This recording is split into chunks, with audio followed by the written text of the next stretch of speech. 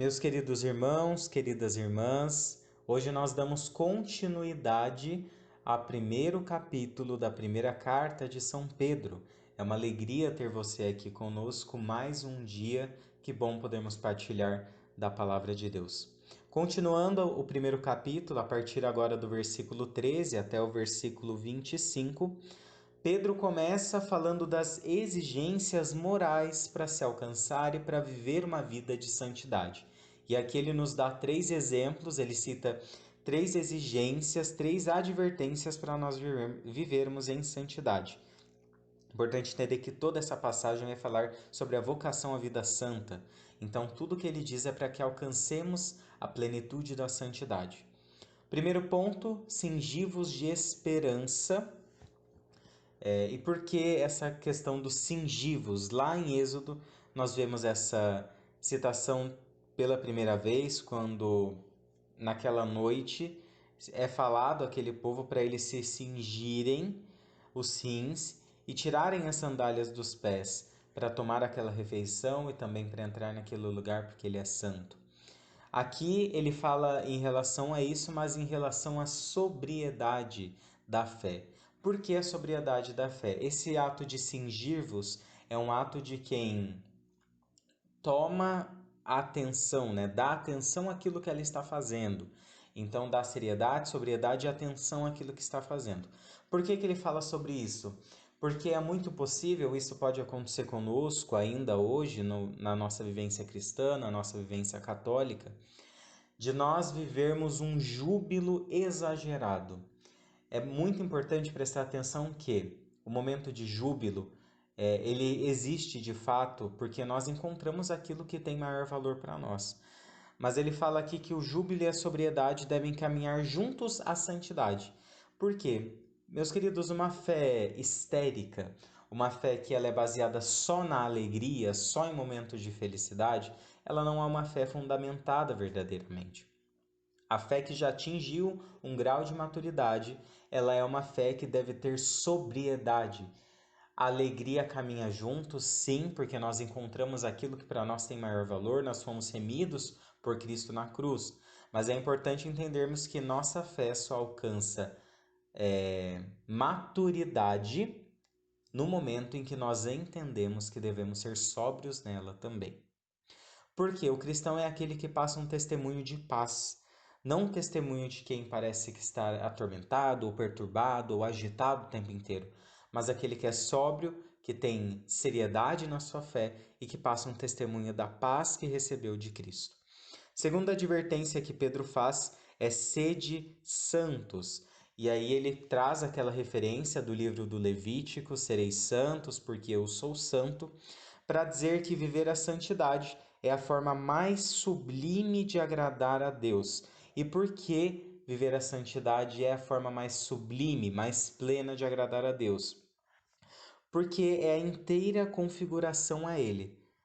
Deus nos fez imagem e semelhança dele, e Ele quer que nós nos configuremos, nos assemelhemos cada vez mais a Ele. Por isso que a vida de santidade é a vivência plena daquilo que Deus quer de nós, porque é a configuração a Ele. Nós só seremos santos se nós formos semelhantes a Deus, né? Mas o que é importante entendermos nesta questão de sereis santos porque eu sou santo, e nessa questão da perfeição, a santidade, a perfeição de Deus, ela não é baseada naquilo que nós temos de conceito de perfeição no mundo atual, mas é a perfeição do amor. A santidade de Deus, ela se baseia no amor. Não nos conceitos de perfeição que nós temos no mundo, não naquilo que o ser humano coloca como conceito de perfeição. Mas é importante entender isso. Se nós queremos ser santos como Deus é santo, se nós queremos atingir a santidade de Deus, é necessário que nós sejamos perfeitos no amor. E não é nas grandes coisas. Pode ser nas grandes coisas, mas em vários momentos a Escritura fala, e posso pegar aqui o exemplo também de Santa Teresinha, doutora da Igreja, que diz que nós devemos nos atentar às pequenas coisas da vida. não é só fazer coisas grandiosas, não é só fazer gestos de amor grandiosos, se no dia a dia nós não cuidamos daquelas pessoas que nós falamos que amamos.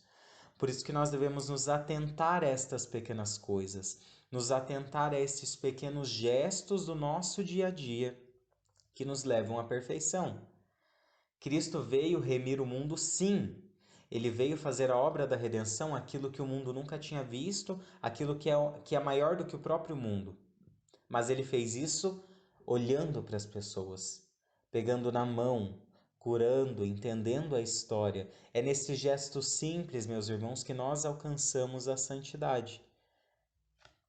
Pedro continua ressaltando a necessidade da obediência à verdade.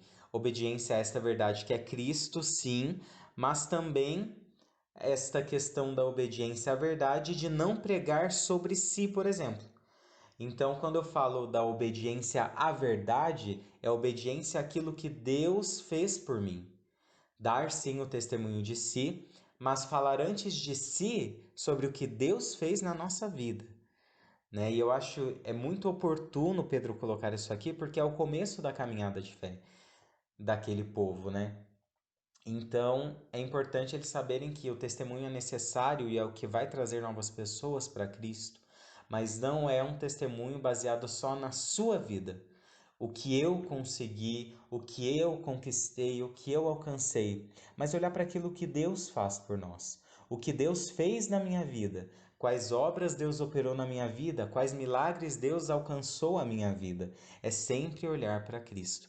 E ele fecha este primeiro capítulo falando sobre o mandamento do amor. E Pedro complementa este mandamento do amor, né? Que é amar ao seu próximo, amai-vos uns aos outros de coração e com ardor. Essa palavra ardor, desde que eu li pela primeira vez, me incomodou bastante. Por quê? Porque ardor, ou quando ele fala amai-vos ardentemente, dá essa ideia de intensidade. Não é amar superficialmente, não é amar da boca para fora, mas é amar com intensidade. E por que ele usa essa questão do ardor, amar ardentemente? Primeiro que é um amor que vem de nós, sim, mas não somente de nós. É necessário para que nós amemos completamente na plenitude que o Espírito Santo age em nós. Então, é esse ardor do Espírito, mas é também a ideia da ação. Por quê? Temos a ideia do fogo, nós sabemos o que é o fogo e o que o fogo causa.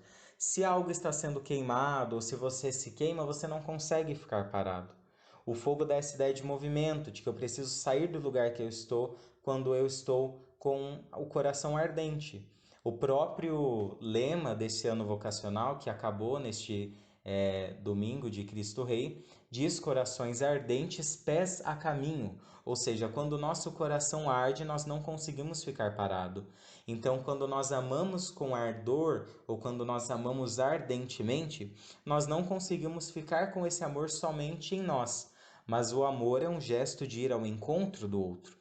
Esse amor ardente que sai de si, esse amor ardente que eu consigo sair de mim para ir ao encontro do outro. E já que esta parte fala da santidade, a santidade se resume a isso. A santidade é quando nós conseguimos sair de nós para ir ao encontro do outro, para amar ele na perfeição, que é a perfeição de Deus. Meus queridos, foi uma alegria partilhar com vocês esse primeiro capítulo e continuem firmes, perseverantes, porque é da palavra de Deus que sai todo o sustento para a nossa vida. Amanhã nós temos a meditação do capítulo com as passagens sugeridas e ao longo da semana nós continuamos a primeira carta de São Pedro. Então continue aqui, mande o convite para mais amigos, para mais familiares, para que nós possamos todos estar ao entorno da palavra de Deus. Louvado seja nosso Senhor Jesus Cristo, para sempre seja louvado.